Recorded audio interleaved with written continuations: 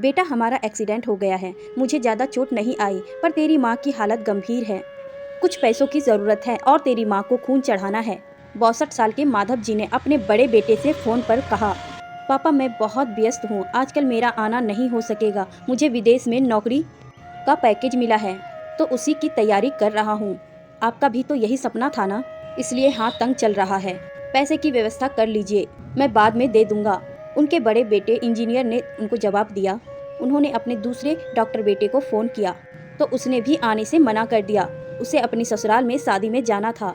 हाँ, इतना ज़रूर कहा कि पैसों की चिंता मत कीजिए, मैं भेज दूंगा। यह अलग बात है कि उसने कभी पैसे नहीं भिजवाए। उन्होंने बहुत मायूसी से फ़ोन रख दिया।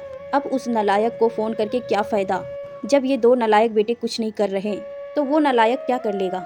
उन्होंने सोचा और बुझिल कदमों से अस्पताल में पत्नी के पास पहुँचे और कुर्सी पर ढेर हो गए। पुरानी बातें याद आने लगे। माधव राय जी स्कूल में शिक्षक थे।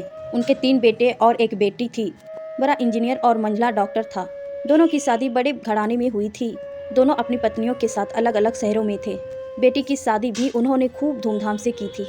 सबसे छोटा बेटा पढ़ाई में ध्यान नहीं लगा पाया था।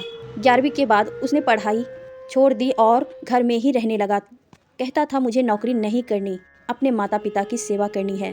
पर मास्टर साहब उससे बहुत नाराज रहते थे। उन्होंने उसका नाम नालायक रख दिया था। दोनों बड़े भाई पिता के आज्ञाकारी थे पर वह गलत बात पर उनसे भी बहस कर बैठता था, इसलिए माधव जी उसे पसंद नहीं करते थे। जब माधव जी रिटायर हुए तो जमा पूंजी कुछ भी नहीं थी। सारी बचत दोनों बच्चों की उच्च शिक्षा और बेटी की शादी में खर्च हो गई थी। शहर में एक घर, थोड़ी जमीन और गांव में थोड़ी सी जमीन थी। घर खर्च उनके पेंशन से चल रहा था। माधव जी को जब लगा कि छोटा सुधरने वाला नहीं तो उन्होंने बंटवारा कर दिया और उनके हिस्से की ज़मीन उसे देकर उसे गांव में ही रहने भेज दिया। हालांकि वह जाना नहीं चाहता था पर पिता की जिद के आगे झुक गया और गांव में ही झोपड़ी बनाकर रहने लगा। माधव जी सबसे अपने दोनों होनहार और लायक बेटों की बड़ाई किया करते। उनका सीना गर्व से चौड़ा हो जाता था पर उस नालायक का नाम भी नहीं लेते थे। 2 दिन पहले दोनों पति पत्नी का एक्सीडेंट हो गया था।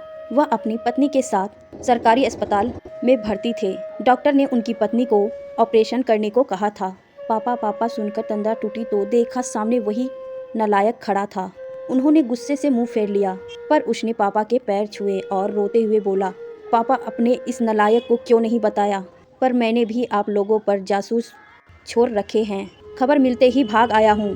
पापा के विरोध के बावजूद उसने उनको एक बड़े अस्पताल में भर्ती कराया। माँ का ऑपरेशन कराया, अपना खून दिया, दिन रात उनकी सेवा में लगा रहता कि एक दिन वह गायब हो गया। वह उसके बारे में फिर बुरा सोचने लगे थे कि तीसरे दिन वह वापस आ गया। महीने भर में ही माँ एकदम भली चंगी हो गई। वह अस्पताल से छुट्टी लेकर उन लोगों को घर ले आया। माधव जी के पूछने पर बता दिया कि खैराती अस्पताल था, पैसे नहीं लगे हैं, घर में नौकरानी थी। वह उन लोगों को छोड़कर वापस गांव चला गया। धीरे धीरे सब कुछ सामान्य हो गया कि एक दिन यूं ही उनके मन में आया कि उस नालायक की खबर लिए जाए। दोनों जब गांव की खेत पर पहुंचे तो झोपड़ी में ताला देखकर चौंके। उनके खेत में काम कर रहे आदमी से पूछा तो उसने कहा, यह खेत अब मेरे हैं क्या? पर यह खेत तो उन्हें बहुत आश्चर्य हुआ। हाँ, उसकी माँ की तबीयत बहुत ख़राब थी, उसके पास पैसे नहीं थे तो उसने अपने सारे खेत बेच दिए। वह रोजी रोटी की तलाश में दूसरे शहर चला गया है। बस यह झोपड़ी उसके पास रह गई है। यह रही उसकी चाबी। उस आदमी ने कहा।